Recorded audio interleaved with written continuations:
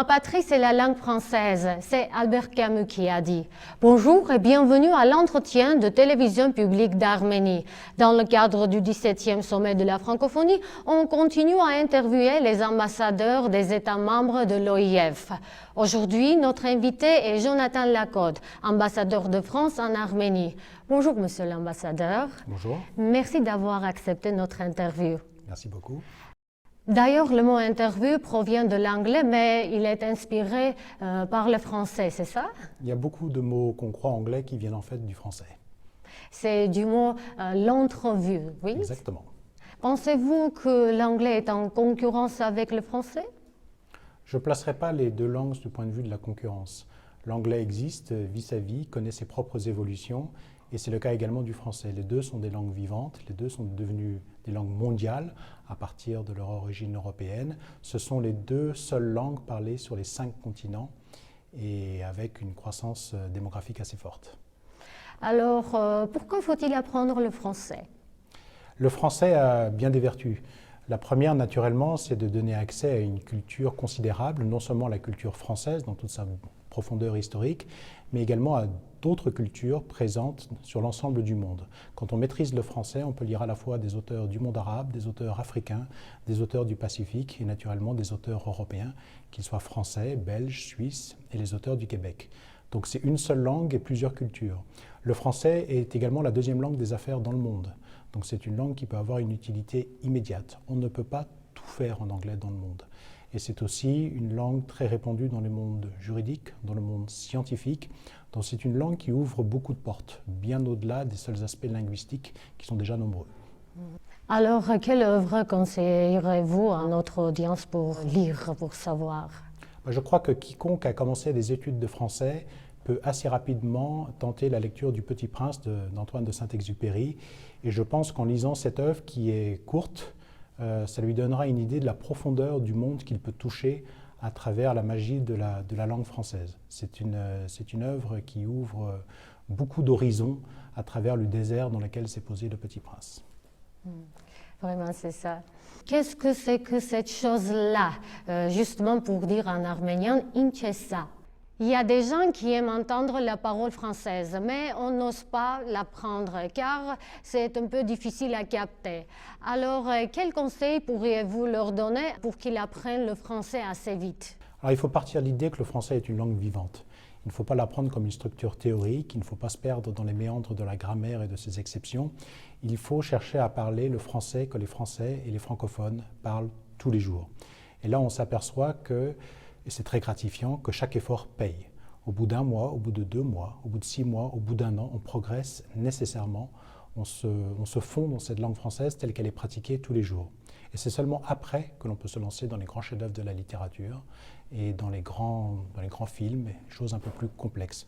N'oublions pas que le français est utilisé aujourd'hui par près de 300 millions de personnes. Ces personnes l'ont appris d'une manière ou d'une autre, il suffit de suivre leur chemin.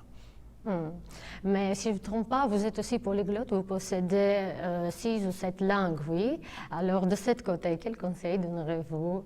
Qu'il faut essentiellement fonder son apprentissage sur la pratique, à travers les œuvres d'art que les Français et les francophones fréquentent eux-mêmes. Il faut regarder les films que regardent les Français, il faut lire les mêmes livres, les mêmes bandes dessinées que les Français, non seulement pour parler la même langue qu'eux, mais également pour avoir les mêmes références culturelles.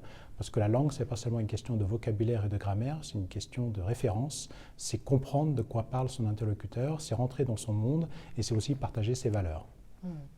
Il y a une blague aussi, je ne sais pas, est-ce que vous avez entendu dire, on dit que les Français n'aiment pas les chiffres, on compte jusqu'à 69 et on s'arrête, c'est ça?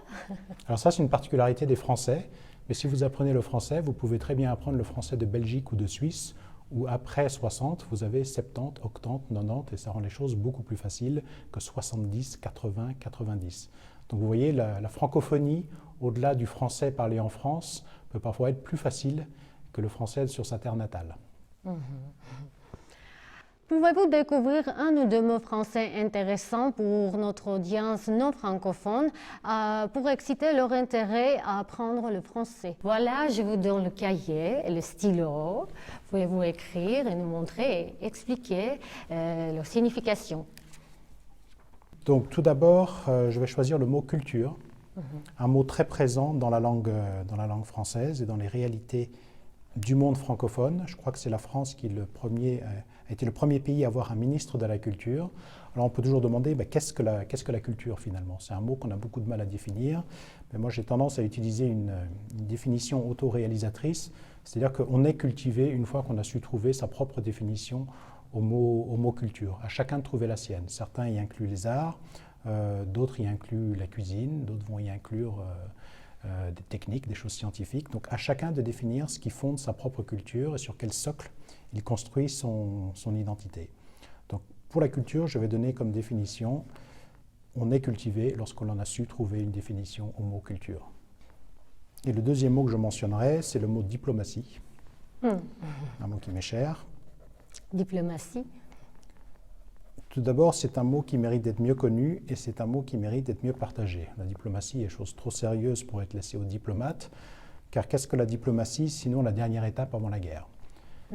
Donc c'est le dernier art qui peut être pratiqué avant qu'une civilisation ne sombre dans la barbarie. Merci. C'était intéressant pour nous. L'impossible n'est pas français. Partagez-vous cette idée de Napoléon? Exactement. Napoléon a été un grand producteur de citations et de définitions, et il a souvent illustré les définitions par l'exemple. Donc effectivement, l'impossible n'est pas français, et pour en revenir aux questions purement linguistiques, il y a peu de réalités que le français ne saurait décrire. Et en général, l'impossible n'est pas français? Bon, nous aimons vivre sur cet axiome, et c'est un bon moteur de ceux qui ont le français en partage. Quel objectif a-t-elle la France pour développer le français partout dans le monde entier et rendre plus visible l'OIF? Alors tout d'abord, la France reconnaît qu'elle n'est pas seule à porter le français. C'est ce qui fait tout l'intérêt de cette langue. Pendant longtemps, la France d'ailleurs a très peu pensé à la francophonie. On fêtait la journée de la francophonie partout dans le monde, sauf en France, bizarrement. Donc je pense que maintenant la France elle-même se rend compte qu'elle est partie de cette grande famille et que nous sommes plusieurs à porter cette langue et les différentes cultures qu'elle contient. Donc c'est le principal atout, je pense, aujourd'hui du français pour un apprenant qui n'est pas dans un pays francophone, c'est d'avoir non seulement accès à la culture et à la littérature française, mais également à la culture de nombreux pays du monde. Qu'est-ce que nous faisons? Je mentionnais le mot diplomatie. La réalité, c'est que dans la diplomatie française, la culture est un élément absolument prioritaire. Ce n'est pas une annexe de notre diplomatie, ce n'est pas ce que l'on fait lorsqu'on a du temps, c'est ce que l'on fait tous les jours parce que nous pensons que la diplomatie passe avant tout par la culture, avant tout par les valeurs. Donc c'est ce qui explique que partout dans le monde, en plus d'un réseau très dense d'ambassades, la France déploie un réseau d'instituts français, un réseau d'alliances françaises qui sont là non seulement pour donner des cours, mais pour porter la culture française et ouvrir des portes vers le monde francophone. Je crois qu'il n'y a pas un institut, une alliance dans le monde qui n'ouvre pas ses portes aux autres cultures portées par la langue française. C'est aussi valoriser la langue française dans d'autres sphères de notre activité, dans le monde économique. Et de ce point de vue, c'est une très bonne chose que le prochain sommet de la francophonie à Yerevan accueille pour la première fois un forum économique. Cela montrera l'importance du français dans le monde économique, mais également dans le monde scientifique, dans le monde juridique, dans les différents aspects de la vie où la langue peut être importante. D'ailleurs, cette année, lors de la journée de la francophonie, le 20 mars, lors de son discours, Emmanuel Macron a dit que celles et ceux qui pratiquent la langue française en est riche. Votre commentaire? Exactement, je pense que parler le français, c'est une richesse. Ça fait partie du patrimoine d'un individu, non seulement parce qu'il maîtrise une langue en plus par rapport à celle qu'il a déjà apprise, mais parce qu'il a accès à un nouveau monde. Et à plusieurs mondes sans doute, mais aussi à un ensemble de valeurs. L'apprentissage du français va de pair avec l'acquisition de certaines notions historiques, philosophiques, éthiques, qui sont largement portées par la langue française. L'héritage révolutionnaire, les droits de l'homme, les valeurs de solidarité, les valeurs d'égalité, tout ça est très présent dans la langue française et à travers les œuvres qu'elle a produites, notamment au cours des 2 derniers siècles, mais sans doute bien avant, au cours des Lumières, au cours de la Renaissance, au cours du XVIe siècle humaniste. Donc l'entrée dans la langue française entamerait cet apprentissage, c'est accepter que l'on va se construire une nouvelle identité, qu'on va un peu élargir son esprit vers des horizons complètement nouveaux. Et quelle est cette identité? C'est une identité multiforme, tout d'abord qui accorde une grande place à la culture, à l'éducation. On apprend d'abord le français pour ces raisons-là, et ensuite rentrer dans tout un système philosophique hérité des Lumières qui est porté par le français. Donc c'est un grand voyage qui est offert à quiconque se lance dans l'apprentissage du français et qui récompense tous les efforts qui seront à produire dans le domaine de la grammaire et du vocabulaire et des règles à apprendre. On dit aussi que dans la francophonie, on ne connaît que par le plurilinguisme. C'est ça? Effectivement, la francophonie et le plurilinguisme vont de pair. Ceux qui défendent la francophonie, la France en premier chef, n'ont aucune ambition d'imposer le français, d'en faire une langue dominante ou de remplacer telle ou telle autre langue. Nous pensons que le monolinguisme n'a pas d'avenir dans notre monde. Nous sommes actuellement 7 milliards d'habitants, nous allons vers un monde de 11 milliards d'habitants à la fin de ce siècle. Ce serait paradoxal qu'au moment où la population mondiale explose, le nombre de langues se réduise, ce qui est malheureusement la réalité. Donc ce monde devra être multilingue. Non pas que chacun doive parler une langue différente, mais parce que l'ensemble de l'humanité doit communiquer dans une pluralité de langues. Donc, bien sûr, moi je suis le premier à recommander à chacun de parler l'anglais, de parler peut-être une autre langue européenne, d'apprendre le russe ou le chinois ou l'arabe, mais aussi d'apprendre le français. Justement parce qu'il faut apprendre ces grandes langues mondiales et il n'y a pas de bonne compréhension du monde sans une compréhension qui passe à travers plusieurs langues. Merci. Et qu'est-ce que l'Arménie peut donner à la francophonie et au contraire? L'Arménie peut beaucoup apporter à la francophonie. Tout d'abord, l'Arménie donne l'exemple d'une nation plurilingue. Moi, depuis que je suis en Arménie, je n'ai rencontré aucun Arménien monolingue. Les Arméniens sont en général bilingues, souvent trilingues et souvent parlent un très grand nombre de langues extrêmement diverses.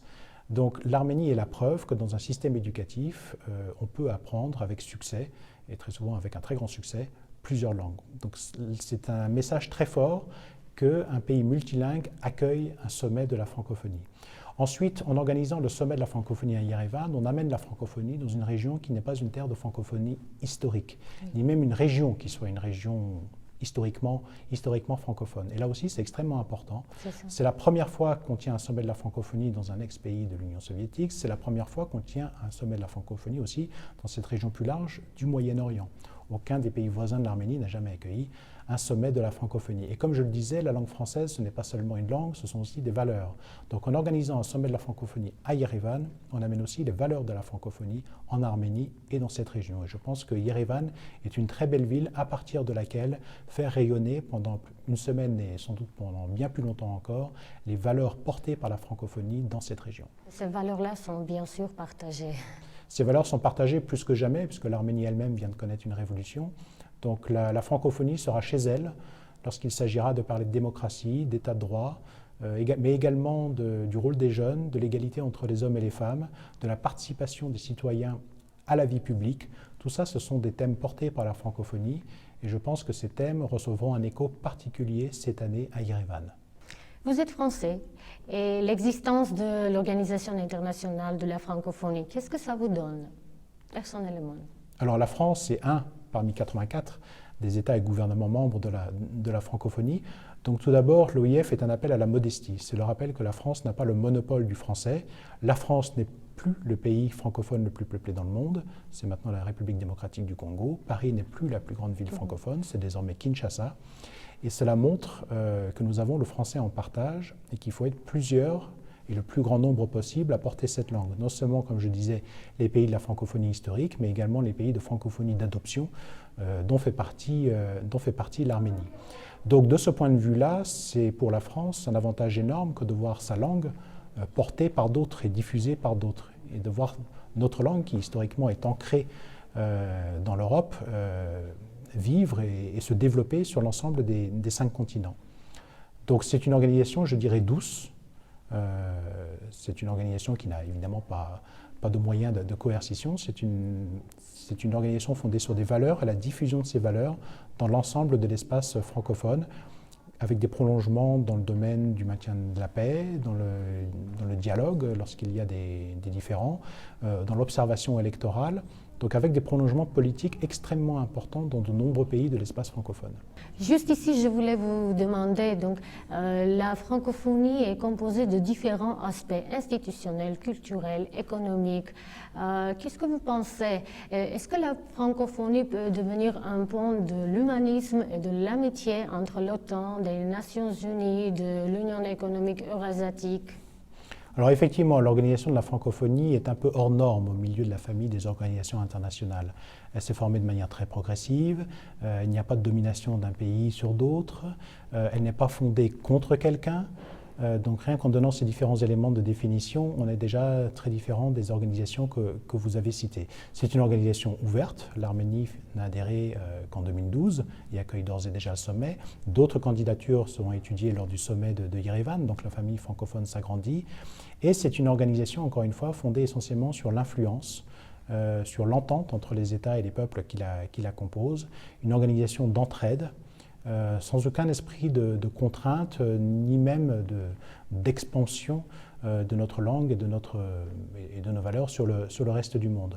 Il y a quelques mois, la France a lancé un réseau numérique où chacun pouvait proposer ses idées pour développer le français dans le monde entier. Quels résultats on a eu? Donc la France a lancé cette grande consultation numérique ouverte à tous les francophones du monde, intitulée « Moi aussi je parle français », durant laquelle de nombreuses suggestions ont été recueillies par quiconque a bien voulu participer à cette opération.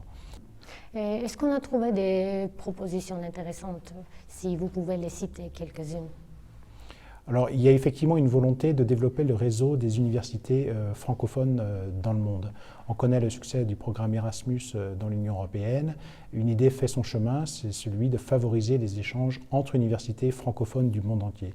Et là, je pense que là aussi, l'Arménie peut avoir sa carte à jouer avec l'université française qui, je pense, a de plus en plus vocation à devenir une université francophone, qu'elle accueille non seulement les jeunes Arméniens et les jeunes Arméniennes qui maîtrisent le français, mais aussi des francophones du monde entier qui voudront bien venir étudier en Arménie. Quel mot arménien avez-vous appris pendant cette période-là? J'en ai appris plusieurs, mais il y en a un qui suscite une plus grande sympathie, que je trouve très symbolique, c'est le pionik. Pionik? Le phénix. Oui. Parce que je trouve qu'il est très symbolique de l'Arménie, qui est plusieurs fois détruite, plusieurs fois reconstruite et qui ne peut jamais être détruite. Merci. La grenade est l'un des symboles importants de l'Arménie. Elle figure sur le logo du 17e sommet de la francophonie. Et donc, on offre la grenade à tous nos invités.